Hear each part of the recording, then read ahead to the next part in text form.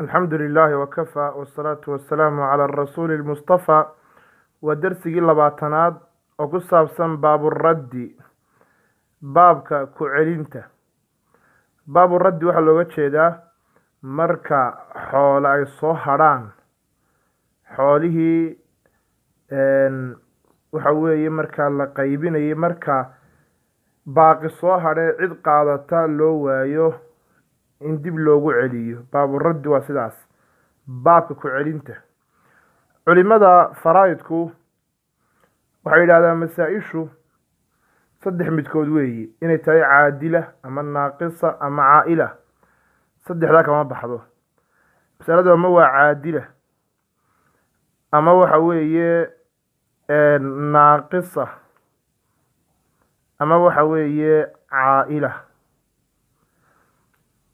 haddii ay caadilo tahay waa marka ay mas'aladu yacni waxa weeye sihaamtii iyo wixii masaladu ay ka ansaxday markay isleekaadaan weeye waxa weeye marka ay iskoosato weeyaan tusaale ahaan marka qof dhinto uu ka tago zawj iyo ukhtun shaqiiqa zawjka nisfi la siiyo ukhtun shaqiiqa nisfi la siiyo mas'aladu markay ka ansaxdo laba zawjka hal qaadato tana hal qaadato hal iyo hal isu gee waa laba labadii markaa way iskoosato haadihi caadila taas waa mas'ala caadila mas'ala caa'ila horey usoo marnay tusaalaheeda waa sida zawj iyo ukhtaani shaqiiqataan zawj nisf buu leeyi ukhtaan shaqiiqataan waxay leeyihiin thuluthaan marka mas'aladu waxay ka ansaxaysaa saddex iyo labadaa hooseeye oo tabaayun ka dhexeeya in la isku dhufo waxay markaa mas'aladii ka ansaxaysaa 6 zawjku markaa waxau yeelanayaa waa 3 ukhtaan shaqiiqataan waxay leeyihiin 4 marka la isu geeyo 4 iyo 3 waxay noqonayaan 7 marka waa mas'alatun caa'ila waa mas'alo cawlantay taasina waa nooca labaad caa'ila tawarna waxay ahayd caadila waxaa soo hadhay naaqisa haddaba naaqisa waa midda uu raddigu galayo baabu radd waa midda uu raddigu ku jiro naaqisadu oo nuqsaan baa ku timi waxaa laga wadaa xoolihii ayaa bar soo hadha cid qaadata la waay haddaynu tusaale ka bixinno waxa weeye sida bintun iyo bintubnin iyo ummun bintun waxay leedahay nisfi bintubnin waxay leedahay sudus ummunna waxay leedahay sudus haddaba waa 2 iyo 6 iyo 6 may ka ansaxaysaa 2 waxaa ka dhexeeya tamaathul 2 iyo 6na waxaa ka dhexeeya yacni 6 iyo 6 waxaa ka dhexeeya tamaathul 6 iyo 2na waxaa ka dhexeeya tadaakhul markay 6 ka ansaxdo bintadu waxay leedahay kala badh 3 ah bintulibna waxay leedahay 1 tanna waxay leedahay 1 marka la isu geeyo 3 4 5 adiga arkay marka mas'aladii hoos bay u noqotay waa naaqisa marka raddi waa ku jira baabu raddi weeyaan haddaba raddi muxuu yahay arraddu raddigu luqatan xagga luqahaan waxa weeye bimacna alirjaac iyo alicaada waa isku macna celin alirjaac waa celin alicaada waa celin marka radda wuu celiyey yaruddu raddan alraddu marka waa celin xagga istilaax ahaan waxaa looga jeedaa raddiga irjaacu maa baqiya istilaaxan raddi waxa weeye irjaacu maa kii in la celiye weeyaan baqiya soo hadhay bacda asxaabi alfuruud dadkii faralka qaadanayay kadib wixii soo hadhay in lagu celiyo calaa man cid yastaxiquhu mutaysanaysa in lagu celiyo minhum oo ka mid a dadka wax dhexlaya binisbati furuudihim iyadoo loo eegayo cid kasta dhexalkeeda. waa in dib loogu celiyo xoolaha wixii soo hadha bacda asxaabi alfuruud, dadka faralka qaadanaya kadib. dad baa wuxoodii qaatay kadibna xoolaha soo hadhay in dib loogu celiyo calaa man yastaxiqu cidda mutaysata oo minhu iyaga ka mid a binisbati furuudihim iyadoo mid kasta faralkeeda loo eegayo. haddaba sababta keenta maxay tahay? waxaan leenahay sababuhu radka waxaa keena annaqsu fi sihaam, annaqsu inay nuqsaani ku timaado fi sihaami fallaadhaha oo ay nuqsaamaan, iyo waziyaadatu fi lansibaa'i, iyo waziyaadatu inay korodho fi lansibaa'i nasiibka dhexlayaashu, inay nuqsaani ku timaado fallaadhaha oo ay korodho nasiibku. sidii haddaan soo marnay, tusaalahan soo marnay, sidii ku muuqatay hal iyo saddex marka laisu geeyo waa 5. marka imanka sihaamtii assihaam maxay noqotay? 5 bay noqotay. waxaana korodhay waziyaada filansibaa, waxaa kordhay nasiibkiio 6 ayuu ahaa nasiibku. marka 6diina way korodhayo, yacni tiradu waa 6, nasiibku waa 6. odiga arkaya nasiibkii 6 buu marayaa, sihaamtiina waa 5. markaa sihaamtii waa nuqsaantay, nasiibkiina wuu kordhay. marka waa ضد الcawl. raddigu wuxuu ka soo horjeedaa cawlkii un, cagsi buu ku yahay. waxa markaa uu leeyahay shuruudu raddi, shuruud baa loo dhigaa raddiga. shuruudu raddi waa 3. 3 shardi ayaa loo dhigayaa raddiga. 3 shardi. shardiga koobaad waxaa shardiya an yabqaa waa inuu baaqi ka ahaado, an yabqaa shay-un min atarikati, xoolihii qofuu ka tegay waa inay wax joogaan, waa inay wax baaqi yihiin bacda asxaabi alfuruud, dadkii faralka qaadanayay kadib. bacda asxaabi alfuruud, marka qof kastaa faralkiisa qaato waa inay xoolo soo hadhaan. haddii xoolo aanay soo hadhin oo ama xoolihiiba ay nuqsaamaan amaba ay isleekaato, dee ama waxay noqonaysaa caa'ila amaba caadila, taa ka hadli mayno. marka waa inay xoolo soo hadhaan, waa 1. shardiga labaad inu u dhigayna waxa uu yahay anlaa yuujada waa inaan la helin fi lmas'alati, mas'alada waa inaan laga helin caasibun baaqi suge, waa inaan baaqi suge la helin. oo haddii baaqi suge la helo dee isagaa dhufanaya oo qaadanaya. oo imanka masaladii horen soo marnay imanka tusaale ahaan ee ahayd bintu iyo bintulibni iyo haddii lagu daro imanka cam, halka soo hadhay dee isagaa qaadanaya, khalaas weye. marka waxay noqonaysaa mas'ala way markaa ansaxaysa masaladu, waxa weye markaa raddi noqon mayso. marka waa inaan la helin caasib marka raddi loo baahan yahay. shardiga saddexaadna waxa weeye an yuujada saaxibu fardin, waa in la helo, an yuujada waa in la helo saaxibu fardin, qof faral qaata oo yuraddu calayhi wax lagu celin karo waa in la hayo. qof faral qaato lagu celin karo waa in la hayo. haddii la waayo cid faral qaadata, markaana waxaa la sameynayaa xoolaha waxaa lagu shubayaa baytulmaal almuslimiin baa lagu shubayaa. waxa weeye marka culimada qaarna waxay dhaxal siinayaan dawal arxaamka, oo insha allahu tacala waynu gaari doona masaladaas. marka haddii xoolo soo hadhaan, qof casaba la waayo, saaxibu fardi la helo lagu celin karo oo aan ahayn zawjooyinka, waxaa markaa ansaxaya raddigii, noocaasu noqonaya raddigaasi. haddaba su-aal baa imanaysa. su-aashu waxay leedahay man hum aladiina yuraddu calayhim, waa ayo dadka wax lagu celin karaa. man hum aladiina yuraddu calayhim, dadka wax lagu celiyaa waa ayo, ayaa su-aal ah. jawaabtu waxay tahay dadka waxa lagu celiyaa waxa weeye jamiicu asxaab alfuruud ila azawjayn. asxaabulfuruudka oo dhan marka laga reebo labada lamaane. asxaabulfuruudku 11 qof bay ahaayeen si guud, yani marka dadka faral kaliya wax ku dhaxla.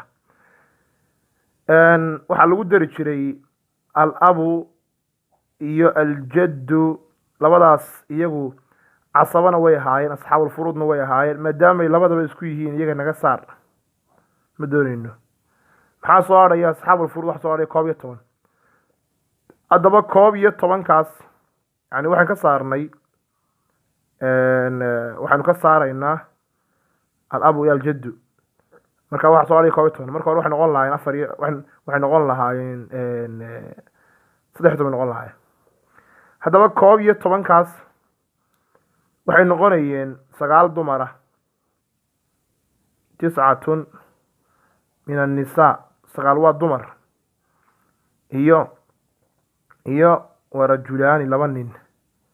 oo nina maxay ahaayeen? azawj iyo al-akhu lium. marka waa 11 qof. 11ka qof waxaa laga saarayaa azawjayn, labada lamaane. marka laga saaro waa azawju iyo azawjatu, waxaa soo hadhaya 9 qof. 9ka qof marka waxa weeye waa 8 dumar ah iyo waxa weeye 1 nin oo noqonaya al-akhu lium. xaqiiqadu marka waxay tahay dumarkii 10ka wax dhexlayay waxaa ka maqanuun azawjatu iyo almuctiqatu, 8 soo hadhay. raggii 15 ahaana waxaa kaga jira oo keliya al-akhu lium. marka waa 9ka qof.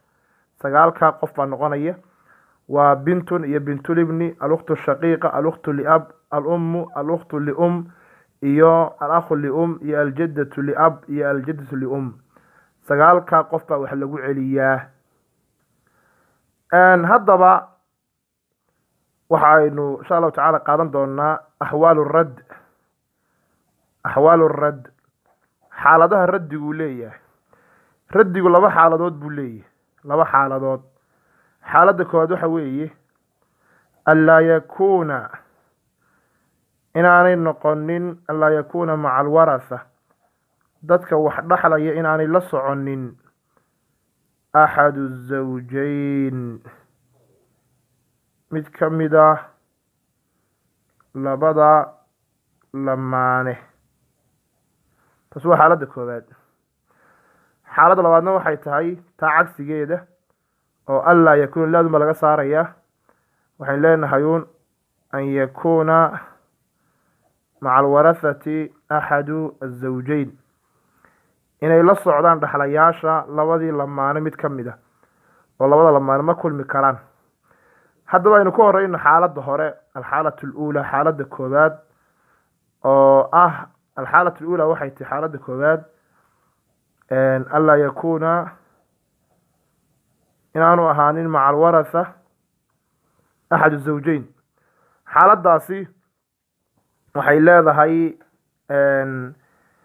leedahay markaa 3 suuro. suurada koowaad waxa weeye aynu ka horeyno asuuratu aluulaa. culamada qaar 2 bay ka dhigaan.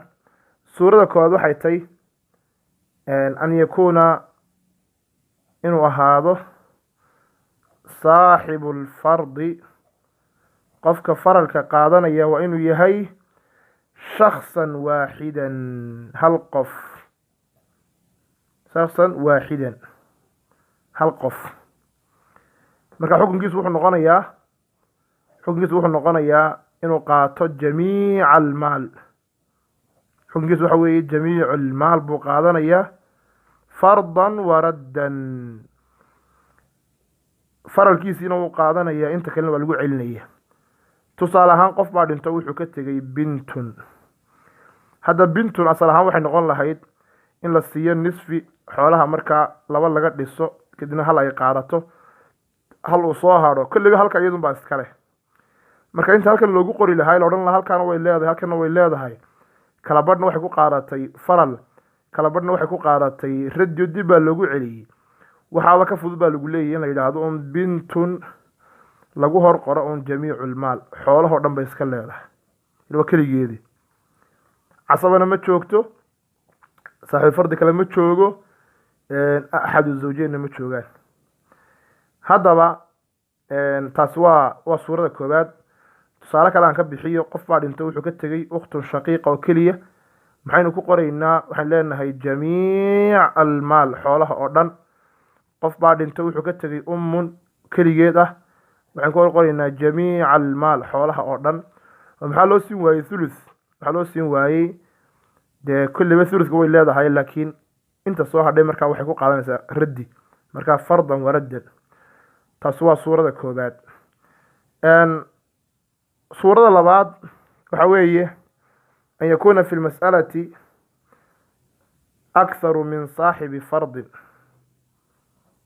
an yakuuna fi lmas'alati mas'alada waa inuu ku jiro akharu in ka fara badan min saaxibi fardin faral qof wax ku dhaxla wax ka badan waa inuu joogo walaakinahu min jinsin waaxid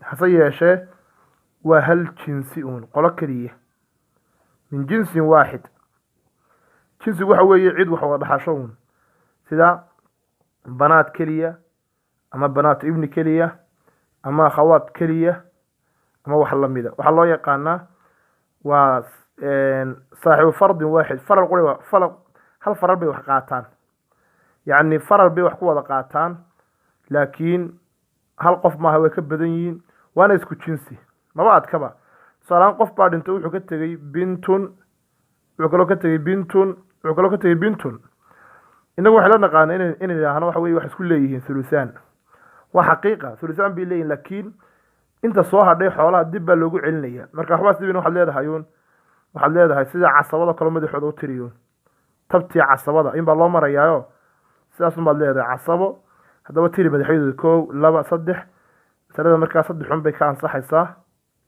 kadib mid kasta hal bay leedahay markaa tabtii casabada ma loo dhaqmayaa tusaale kale qof baa dhinto wuxuu ka tegey shaqiiqatun iyo shaqiiqatun kale iyo shaqiiqatun saddexaad iyo shaqiiqatun afraad waxaan leenahay un tabtii casabada madaxooda un tiri 1 2 3 4 kadibna madaxoodun ka ansix waa sidii masalada ma casaba maaha kulliba kol haddii lagu dib loogu celin lahaa intay thuluthaan qaataan thuluthka soo hadhay kulliba in la siin lahaaba iska cade laakiin soo ikhtisaar oo waxaa lagu yaqaana culimada dhaxalka inay masaa-isha ikhtisaariyaan marka mid kasta hal baa la siinayaa waa noocaas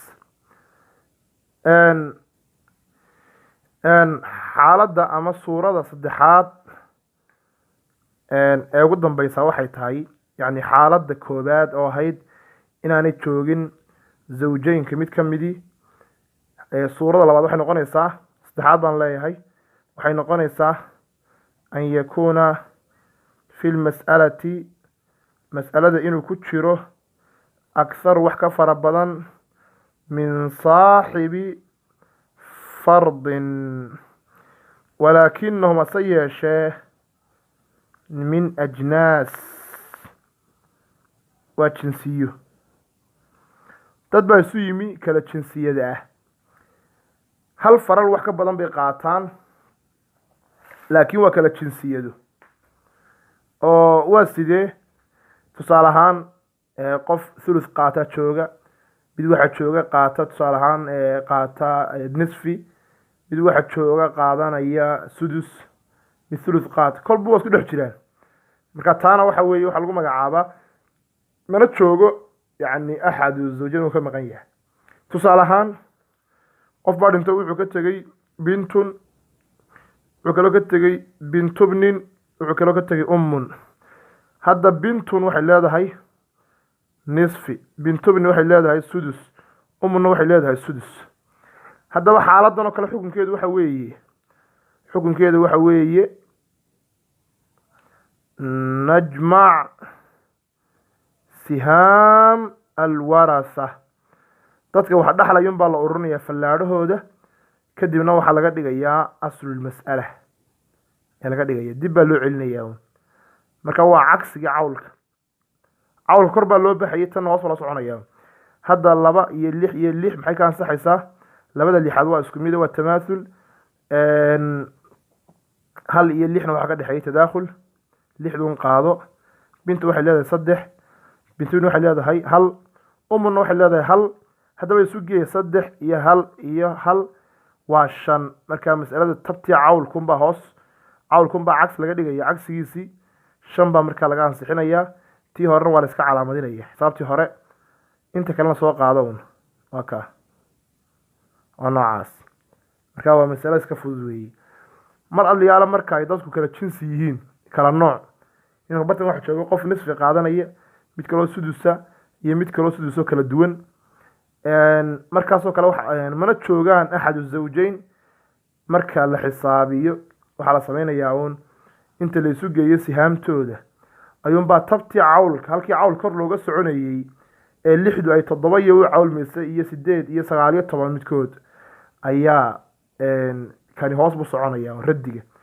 hoos baa la soo celinaya marka qofka sax oo siyaaday halkii bintadu ay ku lahaan lahayd 6 meelood oo 6 meelood ay kala barka qaadan lahayd hadda 5 baa loo qaybiyo 3 ay qaadat iyada xoolo badan ba waxa kordhay qofka sax uu faa'iido marka radigu waa faa'iido cawlkuna waa khasaare waa qaacido الرد فائدة والعول خسارة halka waxaan raacinaya markaa sababta looga saaray zawjaynka الزوج iyo الزوجة labada maxaa looga saaray waxa weeye radiga waxa leeyahay labada waxa looga saaray horta waa qowl jumhuur in laga saaro culimada badankooda culimada qaar baa ijmaac ku soo naqliyay waxa looga saarayaa radigu waxa la eega waxa loo yaqaan qaraabo zawjka iyo zawjada midna qaraabo ma aha ee musaahara keentay xidid haddaba way dhici kartaa zawjku inuu radiga qaataba dib loogu celiyo waa goorma